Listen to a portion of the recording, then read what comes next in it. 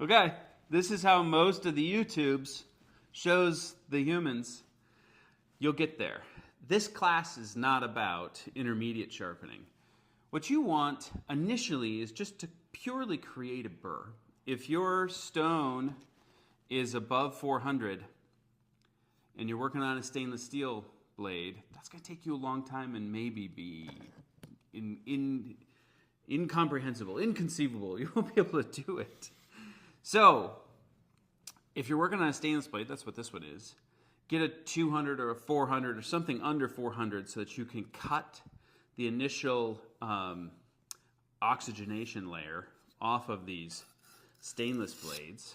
And then we want you to look at it. You can turn it. One of the things that's great about this particular system from NanoHone is that if you're right-handed, you can turn it. If you switch to left, you can turn it a little bit. It's great. And we want a triangle type system. So as you set up on your stone, you can set in a triangle straight to the stone. And I'll turn it sometimes, or I'll turn my hips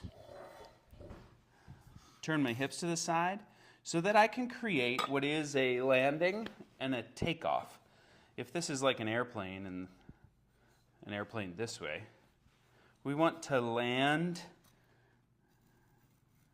the tip. It's a little different than an airplane. Usually airplanes. It's a tail dragger. This is a tail dragger.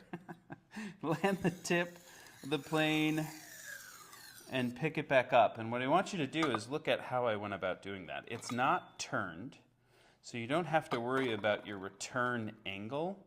That's what most people will create cupped, some convexity on the primary burr with when they're first starting out. But what I've done is I've just taken my thumb and placed it on the choil, my pinky and placed it on the spine. The three fingers hold that remain the handle. And what you want to do is fly your pinky and thumb. So all of that's really intentional. I'm going to land my front wheels and then take off from the heel or the tail drag. So it's not a perfect analogy, but it's pretty good.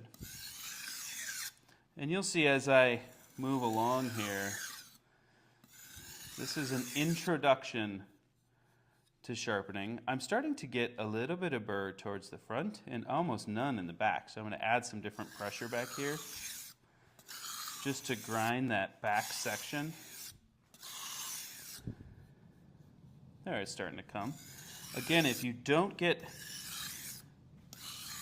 the folding of the metal is folding this way, if you don't get that action to happen, don't move on to another grit and don't move on to another side.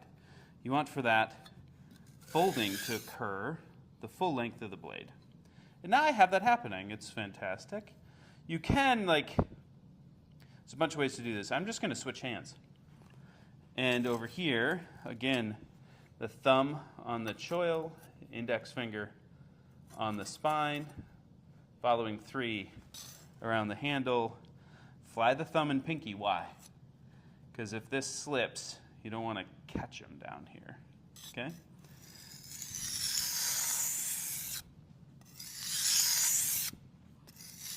And you can see that I'm taking a little bit of a stroke from the center of the stone out to the edge. Why do you think that might be?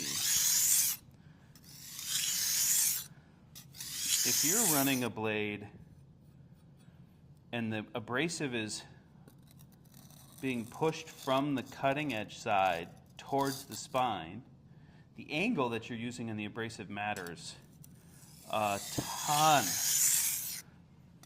Correct, proper matching, right? Angles.